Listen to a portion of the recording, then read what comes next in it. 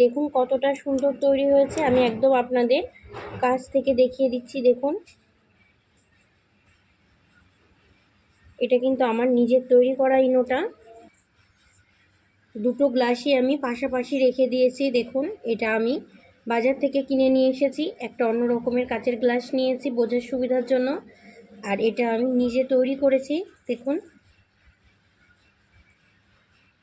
নমস্কার বন্ধুরা, আমি মৌসুমি। আমার রান্নাঘর ছোট বৌমার কিচেনে আপনাদের সবাইকে অনেক অনেক স্বাগত। আজকে আমি বাড়িতেই খুব সহজে আপনাদের ইনো তৈরি করে দেখাবো। এখন কিন্তু শীত থেকে গরম আসছে, আর এই সময়টায় আমাদের কিন্তু অ্যাসিডিটি, গ্যাস, অম্বল এর প্রবণতাটা কিন্তু বেড়ে যায়। যেহেতু একটা আবহাওয়ায় আমরা ছিলাম, সেখান থেকে পাল্টে অন্য একটাই যাচ্ছি, সেই জন্য কিন্তু শরীরে একটা পরিবর্তন আসে। অনেকেরই কিন্তু এই সম্ভাবনা দেখা যায়। আর গ্যাস, অ্যাসিডিটি, অম্বলের জন্য সকলেই কিন্তু আমরা ইনো খুব সহজেই খেয়ে থাকি, আর ছুটে চলে যাই দোকানে এক প্যাকেট ইনো আনার জন্য। আর সেই ইনোটাই আজকে খুব সহজে আপনাদের তৈরি করে দেখাবো। এছাড়া আমরা অনেক রান্নার ক্ষেত্রে, যেমন ধরুন ধোকা, ইডলি, এগুলো তৈরি করার সময়ও কিন্তু ইনো ব্যবহার করে থাকি। ভিডিওটা না টেনে শুরু থেকে শেষ পর্যন্ত দেখবেন। আশা করি আপনাদের আজকের ভিডিওটা অনেক অনেক ভালো লাগবে। যে সকল বন্ধুরা এখনো পর্যন্ত আমার চ্যানেলটা সাবস্ক্রাইব করেনি, চ্যানেলটা সাবস্ক্রাইব করে আমার পাশে থাকার অনুরোধ রইল। তাহলে এখন আমি রান্নাঘরে যাব আর গিয়ে ইনোটা তৈরি করা শুরু করব। ইনো তৈরি করতে প্রধান যে উপকরণটা লাগবে সেটা কিন্তু এই সাইট্রিক অ্যাসিড। যে কোনো মুদিখানা দোকানে খুব অল্প দামে কিন্তু আপনারা এই সাইট্রিক অ্যাসিডটা পেয়ে যাবেন। এবার এই সাইট্রিক অ্যাসিডটা আমি নিয়ে নেব।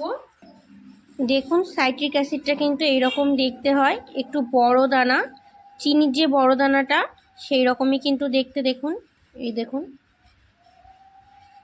কাছ থেকে আমি দেখিয়ে দিচ্ছি, দেখে বুঝতে পারছেন নিশ্চয়। আমি একটা চামচ নিয়েছি, এবার এখান থেকে 2 চামচ নিয়ে নেব, আর নিয়ে এটা আমি পাটায় দিয়ে দেব। আমি পাটায় বেটে নিচ্ছি। আপনারা চাইলে কিন্তু এটা মিক্সিতেও গুঁড়ো করে নিতে পারেন। 2 চামচ ভর্তি করে নেব, আর নিয়ে পাটায় দিয়ে দেব। এবার খুব ভালো করে আমি গুঁড়ো করে নেব। গুঁড়ো করে কিন্তু একদম পাউডার করে নিতে হবে।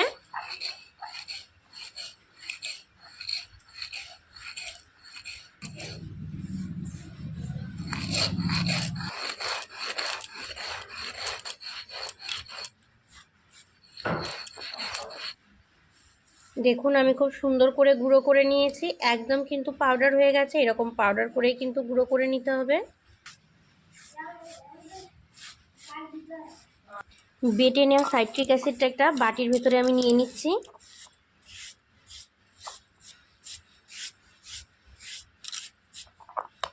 দেখুন, একটা বাটির ভেতরে নিয়ে নিয়েছি। এবার যে উপকরণটা লাগবে সেটা হচ্ছে বেকিং সোডা। বেকিং পাউডার নয় কিন্তু। এবার বেকিং সোডা আমি নিয়ে নেব। বেকিং সোডাটা আমি নিয়ে নেব। আমি যে চামচ মেপে সাইট্রিক অ্যাসিড নিয়েছিলাম ওই চামচ মেপে 2 চামচ বেকিং সোডা নিয়ে নিচ্ছি, দিয়ে দিচ্ছি। 2 চামচের বেশি নেব না, যেহেতু সাইট্রিক অ্যাসিড 2 চামচ নিয়েছি, এই জন্য বেকিং সোডাও 2 চামচ দিয়ে দিচ্ছি। এবার দিয়ে দিচ্ছি 1/2 চামচ পরিমাণের লবণ। খুব বেশি লবণ দেওয়ার প্রয়োজন নেই, 1/2 চামচই কিন্তু যথেষ্ট। নাড়াচাড়া করে মিশিয়ে নেব। খুব ভালো করে মিশিয়ে নিয়েছি। দেখুন, ঘরে তৈরি ইনো আমার রেডি হয়ে গেছে। এবার আমি আপনাদের তৈরি করে দেখাবো যে আমার ঘরে তৈরি ইনোটা কতটা সুন্দর তৈরি হয়েছে। সেজন্য দুটো কাচের গ্লাস নিয়ে নিয়েছি। একটার ভিতরে আমি আমার নিজের তৈরি করা ইনো 1 চামচ দিয়ে দিচ্ছি। আমার নিজের হাতে তৈরি করা ইনো আমি 1 চামচ দিয়ে দিচ্ছি। বাজারে যে ইনোটা কিনতে পাওয়া যায় আপনাদের দেখানোর জন্য, সেই ইনোটা আমি এখানে 1 পাতা নিয়ে নিয়েছি। এবার এটাকে আমি কেটে নেব।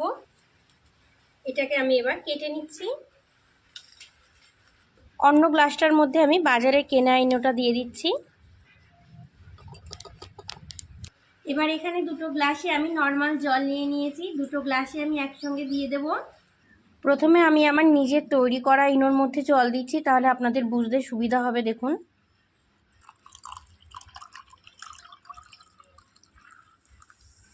দেখুন কতটা সুন্দর তৈরি হয়েছে, নিশ্চয়ই দেখে বুঝতে পারছেন। দেখুন,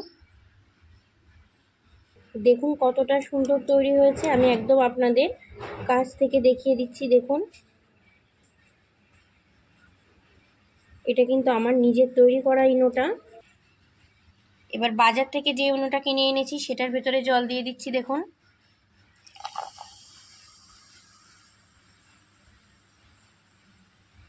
কোনো অংশেই কিন্তু আমার ইনোটাও কম হয়নি। দেখুন, এটা কিন্তু বাজার থেকে কেনা।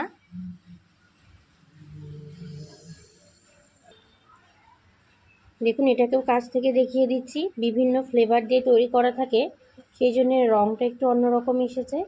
আর আমি তো নর্মাল তৈরি করেছি। দুটো গ্লাসই আমি পাশাপাশি রেখে দিয়েছি। দেখুন, এটা আমি বাজার থেকে কিনে নিয়ে এসেছি। একটা অন্য রকমের কাচের গ্লাস নিয়েছি বোঝার সুবিধার জন্য। আর এটা আমি নিজে তৈরি করেছি। দেখুন,